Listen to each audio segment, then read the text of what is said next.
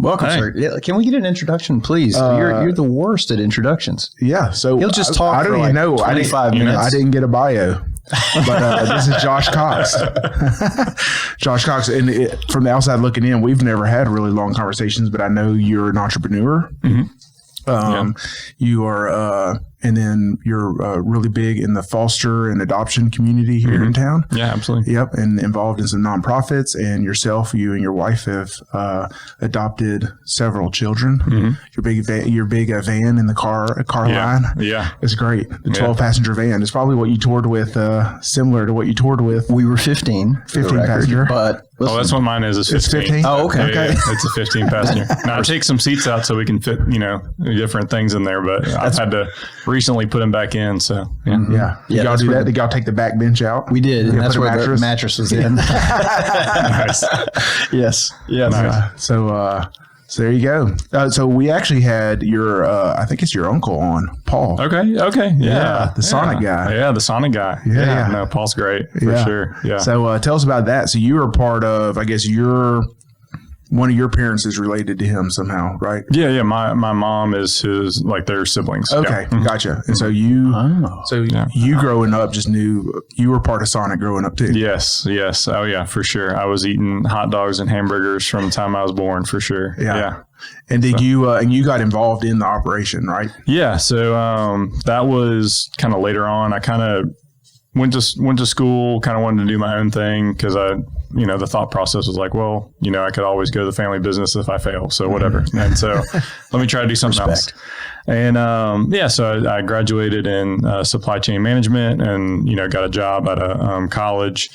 And then, I don't know, just through conversations with my dad, he was just like very convincing of like, hey, look, like one way or the other, you're going to have to deal with this business one day. So you might as well at least know how it works. And so that finally was like a light bulb moment, like, hey, maybe I should just go, work for the family business, learn it, and actually know what I'm doing instead of just like trying to, one day if I have to take it over, not know what the heck's going on and having to figure out from scratch. You know what I mean? So, because he was like, look, like, one day I am going to die and, heaven forbid I get hit by a bus. But if that happens, like somebody's got to take it over, And, so that really was a light bulb moment for me. Like, hey, let me get into business. So started out, they trained from the bottom up, like as far as like learning each position and, washing dishes and, all the way to actually managing the store, manage the location for myself. Ended up working more in an HR role at one point. And then, then we ended up selling after COVID and because our sales just went the opposite direction from everybody else's, which is great. And so then. Yeah, I didn't even think about that. Sonic is the ideal place for during the pandemic. I mean, it was great. You don't have to go in anywhere. Literally, the only thing we changed because people couldn't come in, right? Was putting on masks. So, and everything else stayed the same. I mean, if somebody got COVID, we had to like, clean the building and have it professionally cleaned and we, before we could open back up. But, as far as operations went, it was like, all right, put on a mask. Well, and the consumers felt safe, right? Because they weren't having to go in their car. An establishment. Yeah, absolutely. It was like no difference. Tailor made for the pandemic. Yeah. Really? So it was great. Yeah. We didn't have to shut down at all and we just kept rocking and rolling as is. So it was just curbside before curbside. Yes. The thing. Everybody had to go.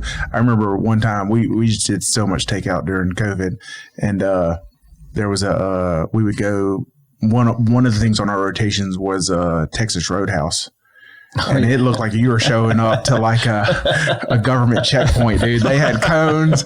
They had people with wands waving people. They had lines and tents. I was like, man, this is everybody else had to pretty much adopt the Sonic model to be able to stay afloat, as far as like restaurants went. And so we were just like, hey, and it really changed a lot of models now because you see some of these chains, their new concepts are very similar to that. They're like, oh, wow, we made money and didn't have to have customers in and have a playground available. Yeah. Let's get rid of it. What's the I say newer Chick-fil-A on Mansfield Road, because I'll hit that on the way up to school in the morning. Yeah. And that whole concept is like, don't come in. Really? Okay. And we know the one in Bossier had shut down the inside for quite a while. We all felt the pain of that, but I think they were just like, you know what, we like this. Yeah. Well, I mean, for fast food, like, majority of your sales come through drive-through anyway. So it's very much just, hey, like if that's where majority goes through, we might as well just, stick with that and focus on that, because you can be a lot more efficient. You can get things through faster. There's a lot less throughput problems because you're not having to bounce back and forth from inside orders to drive-through orders. You can just solely focus on, okay, we're just getting these drive-through orders out as fast as we can. And it helps the concept for as far as speed goes and quality, because you're not, you're focused on one thing instead of bouncing around. So, so was that your high school job working at Sonic? No, actually, I never worked at Sonic until my dad convinced me to come join the family business. Right. I'd always been exposed to it, but never actually worked in it as a child. I was 3-sport athlete. So my parents were like, hey, as long as you're doing sports, you don't have to work. So I was like, cool, I'll just keep doing sports. So nice. Yeah. So how did that transition go? Because I know like when I got into real estate, there was a time where my sphere of influence had to stop thinking of me as their high school or college buddy and as a professional, right? And it's kind of like this, you have to spend some time just building this trust and relearning. So how was that transition into Sonic of being like, hey, I'm not the, annoying nephew or whatever running around. Now I'm legit. It was definitely a growing experience for me because, going into family, like all my uncles were looking at me like, oh, this is just a snot-nosed kid that, he doesn't know nothing. Yeah. And they were right. I mean, they were right to think that because like I was very, if I'm being honest, I was arrogant and, came into it like, oh, well, I mean, this is a family business. I can run this thing. And, it took me a while to figure out now I'm completely wrong. And it really wasn't until after we sold that I realized like, dude, I didn't know what I was doing, and that was a really humbling experience. And so, I definitely had to learn a lot of humility, excuse me, through that to be able to, hey, like I need to respect these men as like owners and bosses. And, now that I own my own business, I'm like, dude, I didn't realize how much risk and like sleepless nights and like, that they went through to get to the point they were. I showed up whenever all that had already passed. Yeah. And it was already a well-oiled machine. And I didn't have appreciation for that until after the fact. So, I was a pretty arrogant punk, for sure. I'm in my 20s. I think I know everything. And, so that was a lot of apologies had to be made about that. Yeah. And so, well, you would have been, we've talked about this before and we still need to do a podcast covering it, but this idea of the first, second and third generation mindset. Mm-hmm. So you're coming in as a third generation mindset, right? Yeah. Which a second generation wasn't the one that put all the risk on the line, but they saw the pain that the first generation went through to get there, right? Then the third generation is very, very aggressive and wants to take risk that the second generation didn't want to take. They just wanted to keep things held together. Yeah. Third generation wants to take risk, but they don't understand the suffering and the pain that it went through. So, so then it's like the idea is how do you get a third generation risk-taking, aggressive person to have a first generation mindset? So, anyways. We still need to do that podcast. I think so. Yeah. I think so. Generational. You're third generation. I am indeed. Nice. Yeah. Yes. Well, we can relate a lot then. Probably. Well, and you, everybody, if you ever tell somebody that, they're going like, oh yeah, you're the one that's going to screw it up. Yeah. And that's probably what my uncles and my dad were thinking like, oh, this guy's going to screw it up. I think the word is squander. Yeah. Well, okay. Yeah. Okay. And honestly, like I probably would have, like, I mean, especially like after COVID, it's like, if I would have just taken it over from then, like, hey, let me buy it, like, which I couldn't have, but, let's say I could have. I mean, I very well might have just like squandered it because I didn't go through all those pains to realize like, hey, this is why my dad was like so hell bent on this being important. I'm like, oh shoot, now that makes sense because I'm like, getting sued or somebody's like, filing papers on me. And I'm like, oh, okay. That's why he was very particular about why he did X, Y, Z, So, cause my dad always gave me the advice of, he's like, son, I don't know how to make $1 million in a day, but I know how to lose it. And that was like, that's a great line. Hey, it's so true. And in today's culture, we've seen a lot of people lose it, with one tweet. You can lose $1 million with one tweet. Absolutely. right? Or a photo of yourself. Or a photo of yourself somewhere. Yeah. Absolutely. Attend the wrong concert. That's right. And you did, by the way. I did go to that concert. Right. He was just right next to the guy. Oh man. No. You weren't with your HR professional. No. I wasn't at that. I was at the concert a couple weeks later.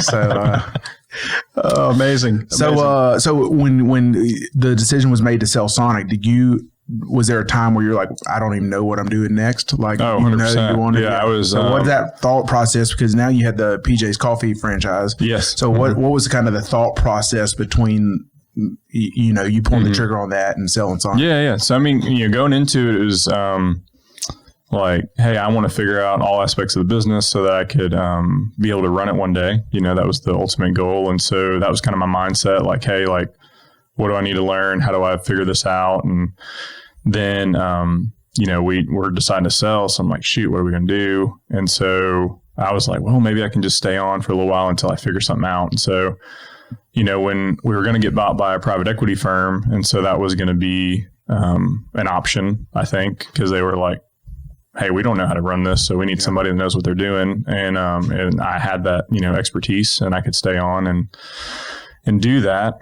And then Sonic decided to buy, and because they have a first right of refusal as a franchisor. And so I was like, well, maybe I could still stay on. And then like they kind of, I don't know if this was the intention, but this is what it felt like afterwards. So I'd like to talk to somebody, I guess, at Sonic to see if this is actually, but I mean, they probably don't even remember because it was so probably insignificant to them. But, I was like, well, could I, stay on and work with Sonic and everything. And they was kind of like, yeah, well, we'll talk about that. You need to talk to this guy, and we'll figure that out. And I'm like, okay, cool. So I'm kind of thinking that. And then like, I don't know, like 3 days before like the sale is going to happen, they bring down, I'm the HR like guy for our business. And so they bring down their HR team. It's like, hey, we're going to onboard y'all. And that was like when the light bulb went off, like, oh, they don't want me. They got this figured out. And I don't know why, just young and dumb, didn't recognize like, oh shoot, like they probably have their own HR people and like know how to deal with all this. I'm not sure, and not to bash them, but I'm not sure they have it figured out. Well, I'm not, because they at least think they have it figured out, right? It changed quickly. Yeah. The Benton Sonic has changed.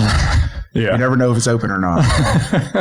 So. And, and that's, like Sonic is actually owned by a private equity firm.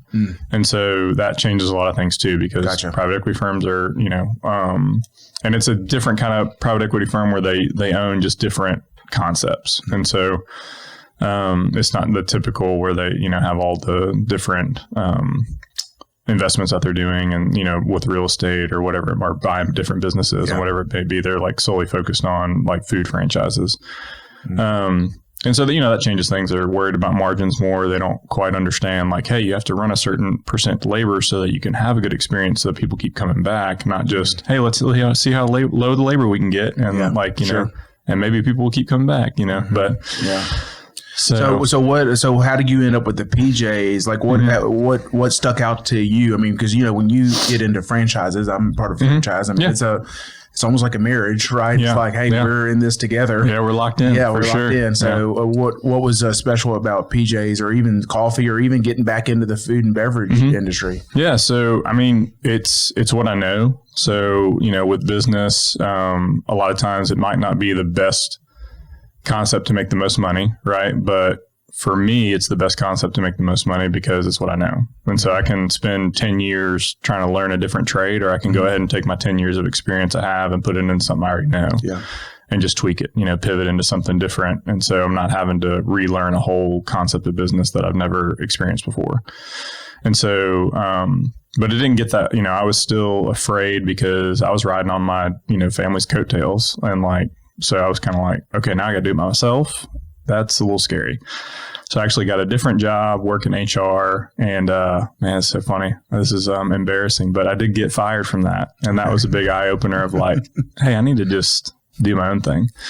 And so that was really I think God used that to wake me up and just say like, hey, like you need to do your own thing. And the only way you're going to do it is if you get fired. Cause like, if you just keep coasting in this job, you're never going to, just go ahead and take the risk. And so finally, kind of opened my eyes like, look, I mean, I can do a few things to make my boss mad, and they're going to fire me, and I'm not in a family business anymore. So I know how, I know that, family, like doing your own thing can be very profitable. So let me just do that. And so, it was a big leap of faith of just trusting in God. Like, hey, like I'm praying, and I feel like if this is what you want me to do, it'll work out. And if it doesn't, then, hey, praise God, let's figure something else out. Like whether or not, it made me think of Shadrach and Meshach and Abednego going into the fire. Like, hey, even if we burn up, we're still serving God. So, tough stuff, Nebuchadnezzar. So is PJ's, are they based out of New Orleans? Yes. Yeah. It's a New Orleans brand. And how I came to that brand was I looked at Wendy's, I looked at other concepts. It wasn't like I was sold on PJ's from day one, but I've just, I used to be really overweight as a kid. And so, my lifestyle has changed as far as like what I eat and everything. And, which was kind of hard with, running a Sonic. Cause it's like you got fast food right in front of your face every single day. And I love ice cream, and there's an ice cream machine right there. And you're just like, man. So anyways, that was a fun challenge, but once we were out of it, and I was like, well, do I really want to do fast food again, even though I know it the best? Is that the best concept? And so, cause it's hard for me to push something that I'm not eating too. You know what I mean? Like, hey, come buy these burgers, but I'm not eating them, so that's what I was like, well, I love coffee. So I looked at Black Rifle, looked at PJ's. Black Rifle was just really brand new as far as like them getting their like actual coffee shop franchise off the ground, but PJ's has been more established. And, I was like, well, I like PJ's. And so, I got to talking with them, and man, it was just like great from the get go. Like they just were like warm and welcoming, very Southern hospitality type, business. And so I was like, man, if they're this, this good just out the gate, then, it's probably going to be a good company. And, so far it's been, you got headaches with everything, right? Yeah. Like we're all fallen, sinful humans. And so like things are going to go awry, and you're going to be frustrated, but we work through it. And I do feel like they care, and they're trying to, have our best interest at heart. And so how many locations do they have? They have currently like 160, and then they have like, several hundred more that are kind of like in the works basically. So whether how they're many like states are they in? Don't catch me lying. I'd say at least 9, but I don't. I know Texas, Louisiana, Alabama, Florida for sure. I think there's one random one up in Maine. There's like a couple like random ones that are like up north, but mainly kind of the southern southern area for sure. So. And where are your location? And mine's in Houghton. Houghton. Yeah. Okay. Now you're the one in the town of Houghton. Yes. Right. Mm-hmm. Did you have another one that was on 80 maybe, or close to the racetrack? Was there? Mm-hmm. I thought there was 2 PJs that had kind of popped at one time, and maybe there's one on Airline. Yeah, there's one on Airline, but that one's been there for a while. Okay. So how does that work as far as because franchises are always tricky because it's like, so like I know the franchise I'm a part of, they're like, well, we're not going to give you exclusive territory. Mm-hmm. However, if you can become one of the biggest companies in town, we won't put anybody there to compete with you. Yeah. Like they wouldn't put it in writing, right? Mm-hmm. And so is that kind of like the same, like how does that work? So you're in Houghton, but there's one in Bossier. Mm-hmm. Yeah, there's every franchise is different, but usually for, restaurant franchises, it's like a certain distance. So they have like certain metrics of like you have to be this far away at least. And then if you're on the same road, you have to be even further away, if that makes sense. So like if they're like the one on Airline, like if there's somebody going to come in and put another one on Airline, they'd have to be, a certain distance, but it's going to be further than you would have to be if you were on Benton Road. That makes sense. Yeah. Mm-hmm. Cool. Well, so number one, I go close to your location all the time. I have to go to the bank over there. Yeah. So, what is this you're drinking here? Well, okay, so this is, I'm just kidding. Yeah, look, I come from Grand Cane to Providence, then to here. If I drove past you, I would certainly stop by and get it. I mean, and that's the name of the game, right? It's convenience. Like even if you like it better, you're going to go to what's more convenient for you because there's no point in you going out of the way. So like that's a high like bar that, like us restaurateurs have to figure out like, okay, where's going to be the most convenient location for somebody? Because that's what my grandpa always preached. Like if it ain't convenient, it doesn't matter. Yeah. You can be in the best location, but if it ain't convenient for them to get in, it doesn't matter. And so he would like negotiate with, people around him and like, hey, can you give me access?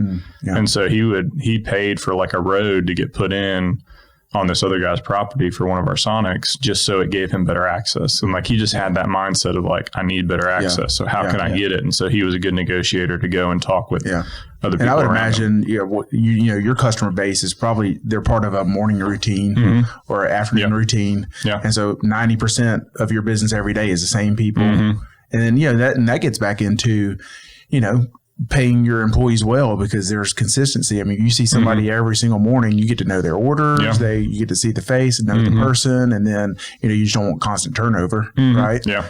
So, I think that's a really good point. I think it's very evident to people when a place with forward-facing employees is having a lot of turnover. I think it's just so evident, right? And it goes under the radar, but I do think it tracks with people. Like, even if I go in and I don't have a great relationship with the people, at Coffee on the Red, but they're the same people. And something inside my brain kind of subconsciously tracks. It says they're doing something right. Yeah. Because I keep seeing the same people, and I don't know if that always lands with everybody, but as we're just sitting here talking, it's like processing with me, like, yeah, if you just constantly go in and see the same people, something in your brain just clicks and says, this place is all right, probably regardless of your relationship, right? Do you find that it's hard? Is turnover a tough thing for you to deal with, or what's that like? I mean, it ebbs and flows, but just restaurant industry in general is hard for turnover. Yeah. It's definitely better in the coffee shop, and it probably is, but also could be just solely because my manager is so good. Like, I just have a really good manager who is personable with people, and she does a great job, like holds people to standards, and what to expect. And so people like that, and I try to do the same for her. Like, I tell her, hey, this is what I expect. This is what I need from you. And like, you figure out how to make that work. And like, I'm not going to force you to do it the way I would do it, but here's the standard, and then you make it work. And so I find that like having an environment where people can kind of predict and know what to expect, like, gives them more comfort than, hey, if I make $1 more an hour here, like, they're willing to take you're willing to take less money because the work environment's better. Sure. And so I try to make sure that the work environment's healthy. And if I see somebody that's like going to affect that, I start talking to my manager about that person. I'm like, hey, like, tell me about this person. Yeah. What's going on with them? Yeah. Like, and she's like, well, they're a really good worker. And I was like, that's not what I'm asking. Yeah. I'm asking like, how are they interacting with everybody else?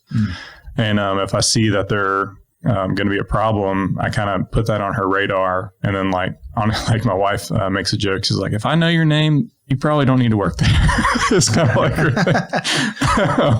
And because, she's involved with the business, but, I'm more involved with like the operation side of everything. Sure. And then she's kind of upper level things that just, as far as like marketing and trying to, make sure, like, I run decisions by her. I heard a really good advice from Dave Ramsey. Like, I don't do anything without consulting my wife first. And, because God put us in a marriage and, two become one flesh. And so like, if I'm not consulting my other half, then what am I doing? And so, anyway, but she's like, she makes a joke, like, I've heard that person's name too much. What's going on with that? And I'll have to tell her like, no, it's good. Like, they're fine. Or like, I'll say, I kind of feel the same way about you. Let's, we probably need to talk to the manager about that. So yeah, that's interesting. So speaking, talking about your family, y'all just went to Washington, D.C. We did. Tell me about that. Yeah. You went there, you were getting some.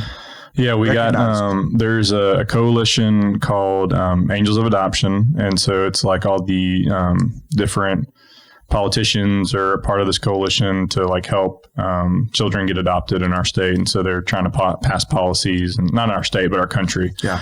And they're trying to pass policies and, set regulation to help facilitate that. And so every year they do awards for each state. And so we got nominated by Senator Kennedy to receive it for this year, and we got to meet him and talk with him and his staff. And I like him. Yeah, he's a wild one. Oh man, yeah, he's a hoot. He's hilarious. The guy from Louisiana. Yeah. See, somebody mentioned the other day that he had this line that, like, how does he deal with everything? And he said, I spend the mornings with Jesus, and by lunch I want to punch somebody in the throat. So the quote is like, when I wake up in the morning, I want to follow Jesus. And he said, and by 10 o'clock, I still want to follow Jesus, but I still want to slap the hell out of somebody. Yeah.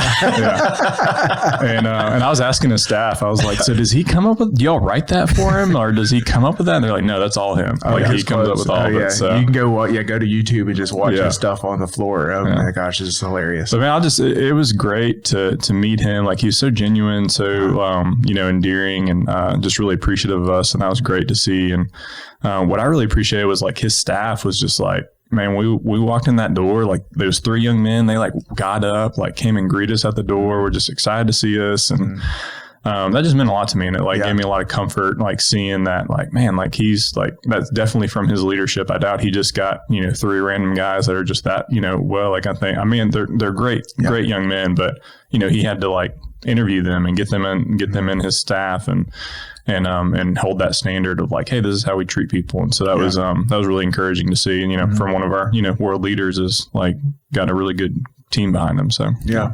Were you able to see Mike Johnson when you were up there? No, I didn't see Mike Johnson. So a friend of ours, she got nominated for that. She does House of Grace in Houghton, actually. And so they had like a whole kind of separate setup. So she got to meet, like, we were supposed to meet him, but he's super busy. So he had to kind of move his schedule around. And so, but he really wanted to see the person he, nominated. So completely get that. So that was, so she got to see him and meet his staff and everything. We were able to meet him this summer. We went on a tour and did the thing, and we leave, we shake his hand, take a picture, and we're leaving. We're getting in the elevator, and the intern, this young lady's escorting us out of the building. And Anna, my 10-year-old, says, man, I should have brought him some lotion. Those hands were dry. Oh, no. And that intern was laughing so loud. She's like, I wish you would have said that to his face. Incredible.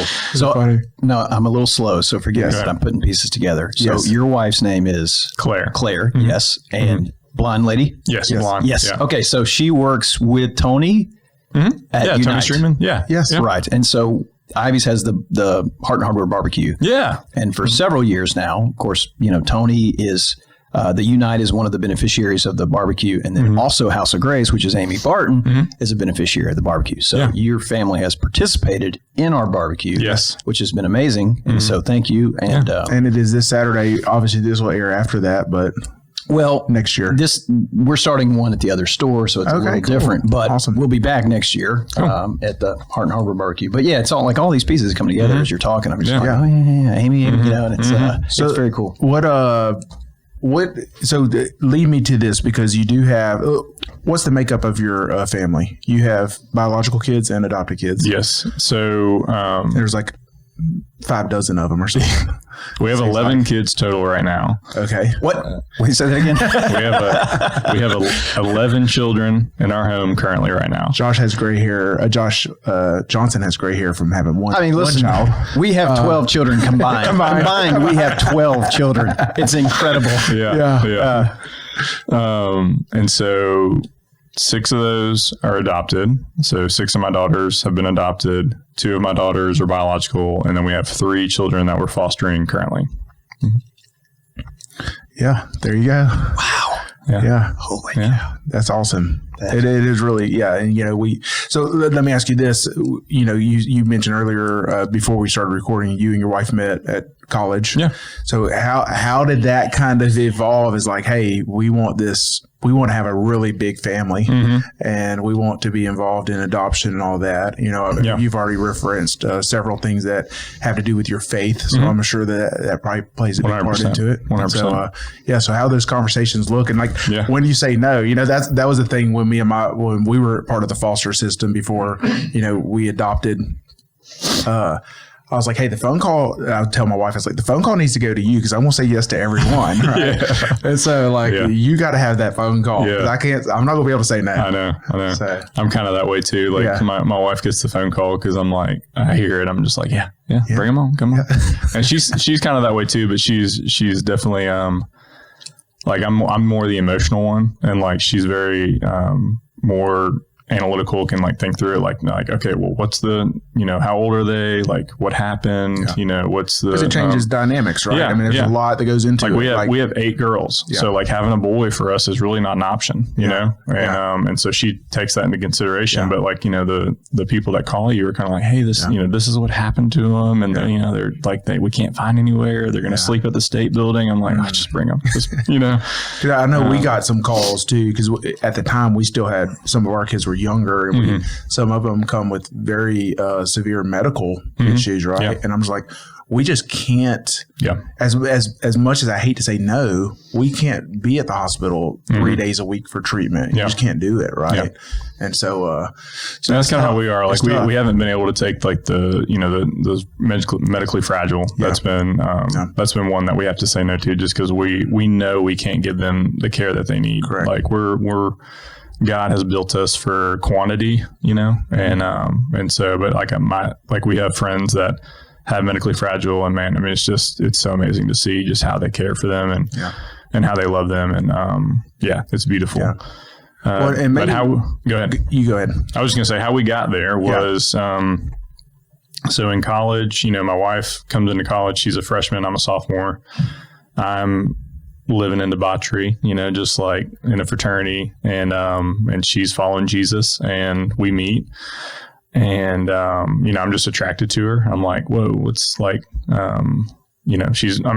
obviously she's great looking, but also just like something about her, like there's just a spirit about her. And I know that now is that it was the Holy Spirit that was within her that I was attracted to. And, we meet and we get to, spending time together, and she's like, hey, look, like, if you're not going to even consider going to church, like we need to go ahead and end this. I'm like, okay, well, I guess I'll go to, I'll get a Bible. And so like I go and buy a Bible with her and start reading it. Did you come from no faith tradition or just, my mom is Catholic, my dad is Methodist, and, we just, we didn't go to church. Like that was just, we went occasionally, and, I haven't like talked with them about why that is. I know my dad mentioned like, it's just, it's stressful to him and everything to go, but, I didn't grow up in church. Trying to think a way how to say this with honoring them still, but like we just, it just wasn't something we did. And, we go like, Easter and occasionally like that. And so, I grew up with not a whole, like knew God existed, but, didn't really understand, who Jesus was, didn't really know, that he was the Son of God and that he would like died for my sins and he was my savior. That was just like, not something that registered with me. And, I meet my wife. And so like, I'm coming basically from nothing. She's telling me stuff like, well, do you know about Abraham? I'm like, who's that? And she's like, what? Cause she grew up in a Christian school. So it was different for her. Like she's got all these Bible stories in her head and knows all these different things. I'm just like, I don't know what you're talking about. And she's just like, are you kidding me? What the heck? And so she was, it was very confused. So, but it was cool because like I read it from an adult, I read the Bible from an adult perspective and like seeing things. And it's a funny story. Like Joseph is one of my like favorite stories, like in the Bible in Genesis. And so, she's like, oh, Joseph, the coat of many colors. And I'm like, what are you talking about? She's like, yeah, Joseph, the coat of many colors. And I was like, did you read the same story I did? What are you talking about? Like what coat of many colors? Like this guy like gets put in like slavery from his brothers. And like, I'm telling her like the whole story. And she's like, yeah, but he got a coat of many colors from his dad. And I was like, I don't think that was the point of the story. And so like, it was just funny, like how, like, the things you learn, like she learned it as a kid. Yeah. And they're like, yeah, Joseph's probably a song with it. Yeah, exactly. Like, and, that's funny. So it's just funny. Like, we laugh about that. And, anyway, and so, I start, reading the Bible and everything. And like, she was like, well, do you want to go to church? And I was like, no, not really. And she was like, hey, look, dude, like if we're going to like, if this is going to go long term, like you're going to have to like go to church and this is super important to me in my life. So like if my, future husband doesn't feel that way, then like I'm wasting my time. I was like, okay, I'll go to church. And, I think really it was just, I was fear of being judged. Like, it just was like, hey, I know I'm not living like I should. And like, I don't want to be judged by any like other, Bible thumping Christians. That sounds horrible. Mm-hmm. And just was met with the complete opposite. Like God put, a guy in my life that was in the fraternity, but also in church. And he like, invited me and like really took me under his wing to like disciple me, invite me into a small group. There was a guy that I knew I was on the track team. I threw the javelin, and there was a guy that was there at the Bible study and like just gave me the warmest hug. And I was like, okay, something's going on here. Like he was just so excited to see me. And like, this other guy was just like really taking me under his wing. I was like, this is just different than just like, hey, we're hanging out partying and so like God was just like slowly just like calling me into himself. And then, there's one day where I was like, hey, I'm very intellectual. I mean, I'm not smart, but like I like to understand things. I'm not smart. It's not like I'm some, scholar, but like I just like to understand things before I just like dive into it. And so I know there just came a day I was talking with one of her old Bible teachers, and he's just talking about baptism, and I was like, well, why do I get baptized? Like, and he's just like, explain it to me. And he's like, when you put your faith in Christ, like you get baptized. That's just kind of like what Christians do. Like it's a display of your faith. You're like, showing other Christians that, hey, like I'm, putting my faith in Christ. And so I was like, that didn't make any sense, and just like it didn't. I was like, why does water change anything? That sounds silly. And I don't know. It was at that point, like he very clearly like showed me verses where like guys were like, hey, I believe in Christ. He's like, oh, let's baptize you then. And I'm like, okay, well, I mean, if that's what you want me to do, God, like that was the first time I think I finally surrendered. Like that before then I was like, yeah, he's the Son of God. He died for my sins. Like he is who he says he is. Like I like intellectually believed all that, but I didn't surrender myself to that. And so that was kind of like a different point in my life where I surrendered. I was like, hey, this doesn't make any sense, but if this is what you want me to do, God, then I'm going to do it. And then like, it was a little bit different after that. And so, that's kind of how we got to this point was, we talked. I'm the one that wanted a lot of kids. So I wanted 8 kids, and my wife was like, okay, well, she was, we were dating at the time. And, she said, well, if we have 8 kids, we're going to have to adopt some. Yeah. I was like, that sounds great. Which it wasn't my immediate reaction. I was like, well, let me think about that. And, I was praying about it, and I came back to her and I was like, look, like, I think that there's no greater, no greater picture of the gospel than adoption. Absolutely. We're adopted in Christ, and we're adopted into his family. And so like, why wouldn't we do the same for children that need people to do that for them? Mm-hmm. And so anyway, so we were on board with adoption, and then we meet this lady who's like heavily into foster care. Mm-hmm. And she just kind of takes us under her wing. We're working in the nursery together at church, and she like brings in 2 car seats and then goes, hey, look, you're going to help these family not go into foster care. And we're like, okay. So we got these 2 twin babies that we're just spending time with their family, trying to help with them and keep them out of foster care. And so, that was like how we were first exposed to it. And then, we were in Ruston at the time. We moved here to Houghton, and then we do the classes. That's I don't know. We could do like a whole story about just this, but we went through the classes. We went to the classes. Like, so we did the orientation first, and then got scared, and we're like, no, dude, we're not doing this. It's eye-awakening. Yeah. Well, and I think that's and we can get back to the story, but I think that the misconception is that it's an easy path to adoption to go through foster care, right? Mm-hmm. And really, the purpose of foster care is to reunite with the family, right? Yeah. And then, of course, the response, everybody's excuse for not taking that step is, oh, well, there's no way I would get too attached. Yeah. I'm like, well, so are you saying like I have no feelings? Like, you know what I'm saying? Yeah. That was our thing, is all of the reasons, the excuses we were coming up with were all selfish. Yeah. Right. 100%. And so we were like, that's what it's like. Okay. And that I hear that a lot for sure. Like, hey, I would get too tired. I couldn't give him back, all that stuff. And like, it's not like it's any easier for me to do that. Right. It's not any easier for you to do that. Yeah. It's just that like I've had to learn to be obedient to God's plan, and that like they're his children. Yeah. He loves them more than I do. And so I'm trying not to get emotional. Yeah.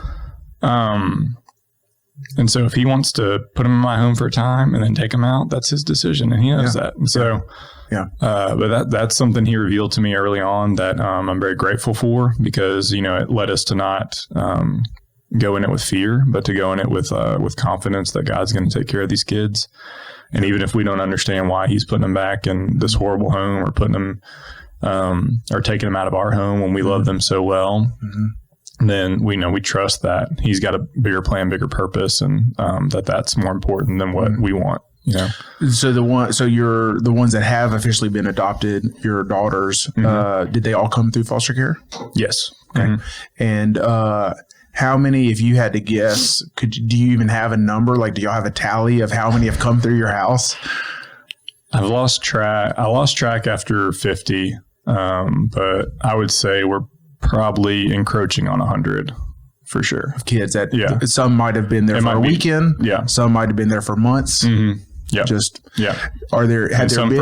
Have there been any situations where, because I do know that it doesn't happen often, but there are scenarios where there is reunification and there's actually a bond between those biological parents and the foster parents, because a lot of times there's animosity, right? But there have been some where, you know, they go back to their biological parents, and, you know, a couple times a year they come back and stay the weekend with the family or anything. Have y'all had any of that experience? Yeah. So not the only one that, like, we see, you know, regularly. He didn't go back to his parents, but he went with grandparents, and that's been an amazing story. We had a little boy that we had for a few months. You know, they were telling us, like, hey, like, mom's pieced out. We have no idea where dad is. Like, he's probably going to go up for adoption.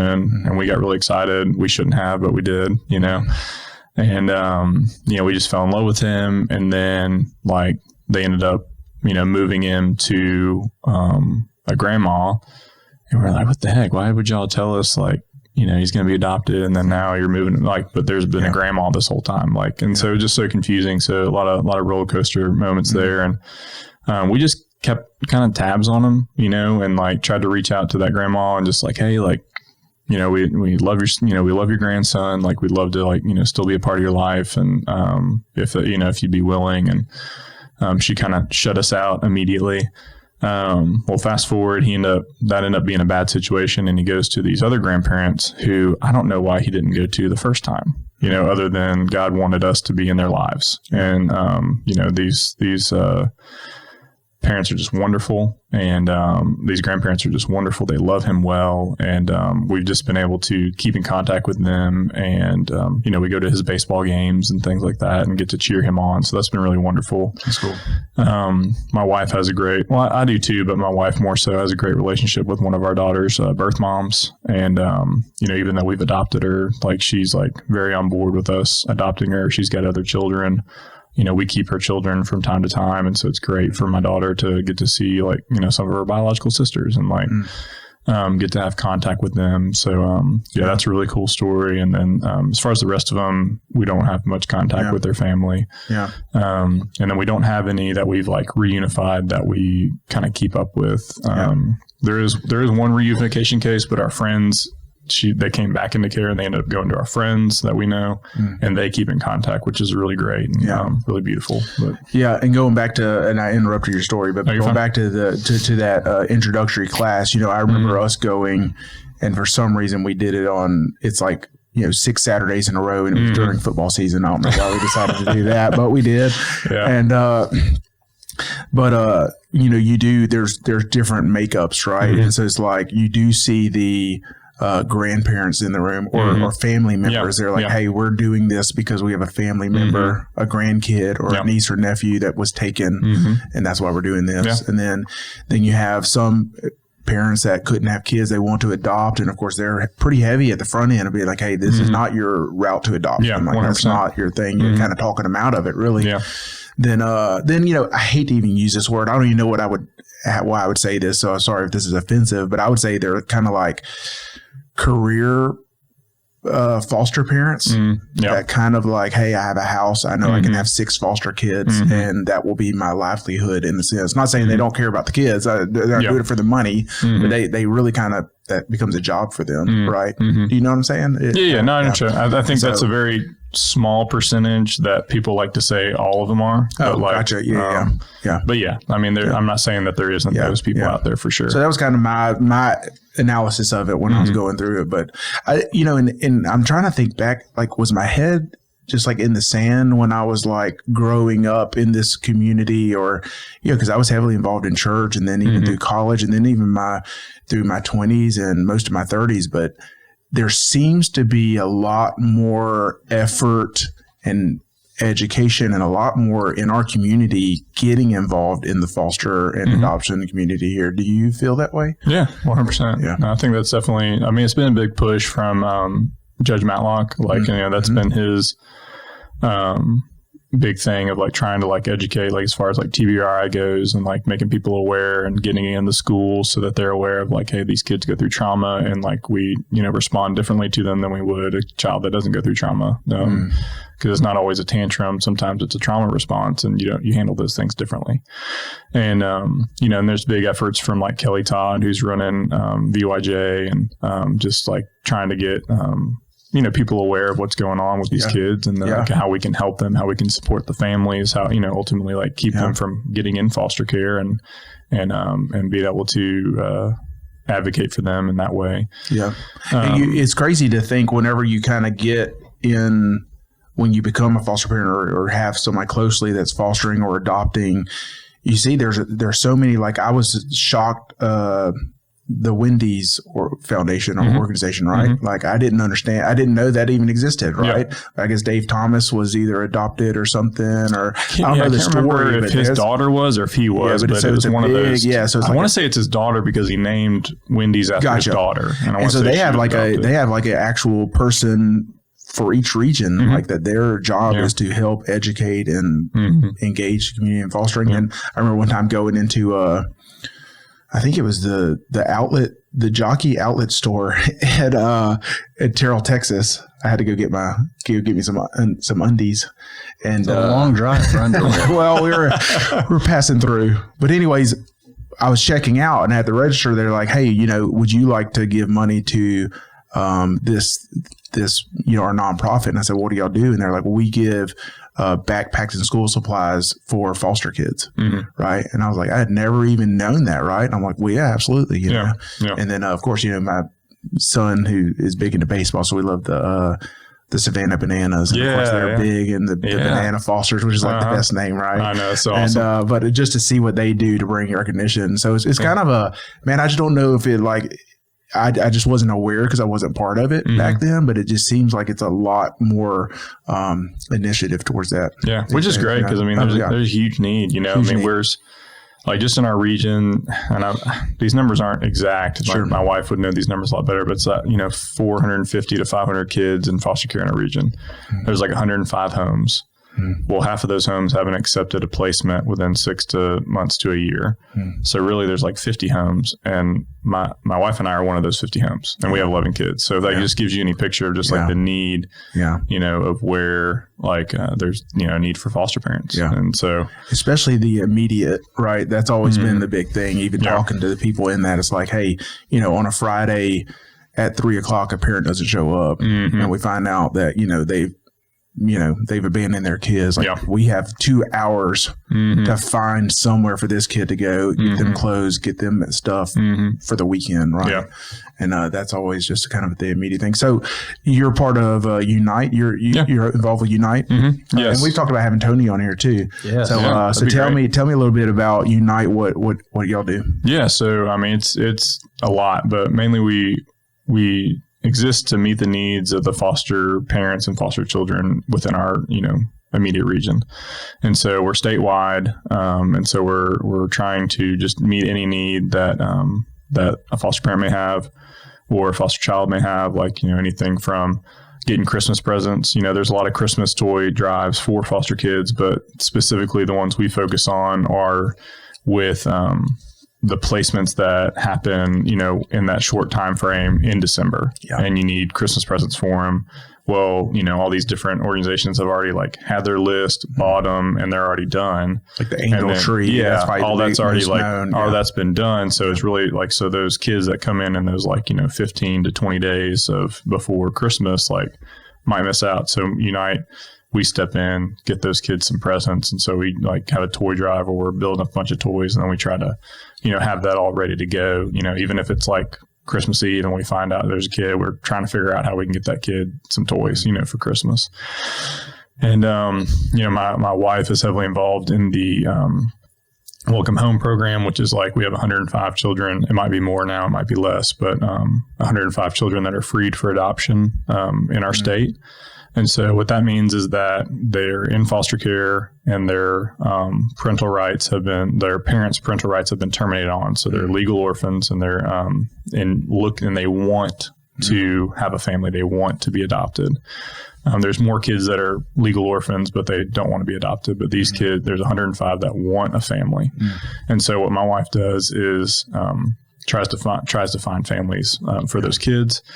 She does that in a number of ways, like getting professional photography, professional videos done of these kids, because we've seen that really helps to have really good quality photos, really good quality videos taken of these kids, so that people can actually see the spirit of the child and not just some grainy cell phone photo of the kid on a page, but they can actually see this kid has, thoughts and feelings and a personality. And I think that would really mesh well with our family, and be able to see that.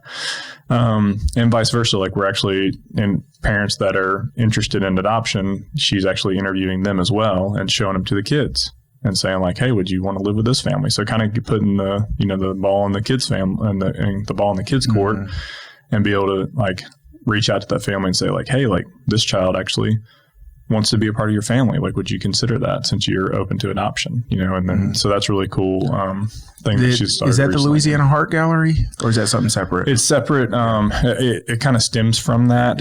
But she's kind of taking her own reign on that, and just going and getting these videos of these kids and everything. And so, but she works with the Louisiana Heart Gallery for sure, and just coordinates with them. But also, it's just kind of been able, God's provided the freedom for her to just, Unite can just send her out. She can go to Alexandria, or she can go to Baton Rouge or New Orleans, and get these kids together, film them, photograph them, and be able to meet them, and think of families that she knows, and I think this family would be really good for this kid. And I remember one component, maybe this was started, maybe the missions changed a little bit, but it was kind of engaging local companies and businesses and organizations. Yeah, so that's what I do. Okay. Yeah, so I'm the state director for the Foster Friendly, which is the businesses that would provide discounts for foster parents, and then also we call them fosterships, but it's a scholarship for a child at dance or karate or baseball or just whatever it is, being able to provide scholarships for kids who are in foster care. And then also just being able to get season tickets to something we have LSU tickets that we provide for the foster parents, where they can sign up for them and they can actually go to a football game. And so we have an app that they have access to all that, so they can see all the different businesses that provide foster parent discounts. We try to get, we do give shout outs on our Facebook page, hey, this business partners with us. So sometimes, that can lead to more business for that business, because we have people that follow us and support us that aren't foster parents, that see oh, well, this place, supports Unite, so I'm going to, go to that place. So it's pretty cool, little endeavor. That's why we kind of call it a partnership, because it's they're providing discounts, but also we hope to, get them some business, outside of just, foster parents going there too. So, Well, I could sit here and talk about this all day. Yeah. And I know we didn't get through your whole story, but we're pressed on time. And maybe we can have you and your wife come back and talk more about kind of how it's evolved, and even what the plans are for the future, because it sounds like y'all aren't slowing down. So we've learned to be obedient, right? I said at one time we were done at 4 and now we have 11. Yeah. So, I've learned to just say God, whatever you want. Yeah. I'm just going to be obedient to it. That's awesome. Yeah. Well, yeah. So, on this podcast, we have the distinct pleasure of talking to lots and lots of folks who are doing amazing things here at Shreveport Bossier, and you certainly qualify. We're kind of getting a bias because we end up talking to these people, and I'm like, yeah, man, everybody in Shreveport Bossier is just out there just doing awesome stuff all the time. Everyone. We pretty much have people in here to remind us how underachieving we are. Lazy we are. Yeah. That's pretty much it. Pretty much, yeah. An ego check. Yeah, well, that's right. But for you, man, what an honorable thing. I mean, I think when you talk about this city and some of its challenges, you're like on the front lines of a very important thing going on. Yeah. And so I want to give you a lot of respect and, just say that, man, heart goes out to you. Man, it's not me though. I mean, it's all Jesus, man. And it's just me being obedient to that, and he provides. Like, that is what I've found. If I'm just obedient in God's will, like, he provides financially, and it's not prosperity gospel. It's just like, we get what we need and he provides it. And like, I'd rather be inside God's will than trying to make God's will my will. Yeah. Like, I want to be in his will, not trying to get him to do what my will is. Right. And so, yeah. Amazing stuff. Okay. So do we have time to do 3 questions? Yeah, we can do them real quick. Okay. So we'll make them quick. I got time. That's right. Okay. So the best meal you've had around here lately? You're restaurant guys. Ooh, yeah. Man, I mean, let's see, best meal I've had. I mean, Two John's is just hard to beat. Like, I just love me some Two John's. Like, Two John steak. I mean, that's hard to beat. So I go with that. Yeah. Like it. You had a magic wand. You could change anything about Shreveport Bossier. What would it be? Foster care system. The whole system. Oh man. Yeah. Just like more foster parents, more like workers that not being overworked, like having more workers so that they're able to put more time into each individual case instead of having 30 cases that they're just like stressed out trying to like just do what they can to get through it. And I mean, more than that, but foster care system would be top tier for sure. Yes. What are you excited about personally, professionally, spiritually, all the above? Man, just my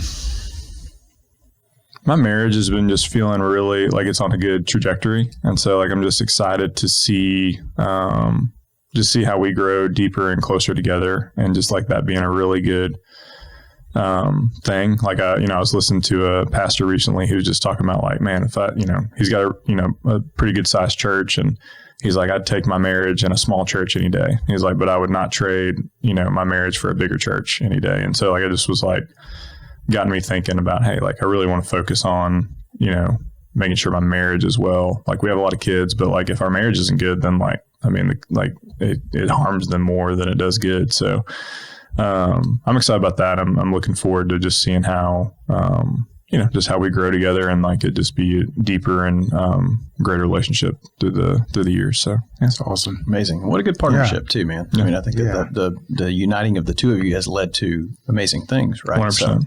So what an answer. Absolutely.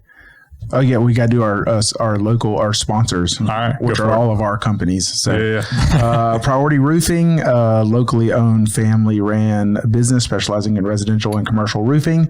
They'll be out at your Steak and Wings Showdown. Yes, doing some judging. I hope some judging. Bailiffs. Yes. Some judging, yeah. Shay and Hannah Bailiff, they do a great job. Call them for roofing needs, 318-202-2123. We have Plumber for Hire, locally owned plumbing company, specializing in residential and commercial plumbing. They get to jobs within 24 hours. They do a great job, 318-709-9090. Clint Davis Counseling, helping people make lasting internal change for external growth and success. They do a great job. They have 3 locations in our area, and man, can't give them enough props for what they do in our community. 318-562-6903. Ivy's Building Materials, 3 locations, Blanchard, Houghton, and in Mansfield. Since 1969, we're a locally owned home center, so we're a hardware store and we're a pro lumberyard. So anything from fixing a toilet to painting a room to building a house or remodeling a house. Yes. Right? Yes. We can help. My house is built with your materials, with some Ivy's stuff. Yes, we're installing doors and windows and installing flooring now. So that's some new stuff. IvyLumber.com. Check us out. Cool. Awesome. Thanks, Josh. Yeah. We'll do it again. We didn't leave enough time. We can do it. Yeah, for sure. We can do it again. Amazing story. Thank you. Yes, absolutely. My pleasure. Yep.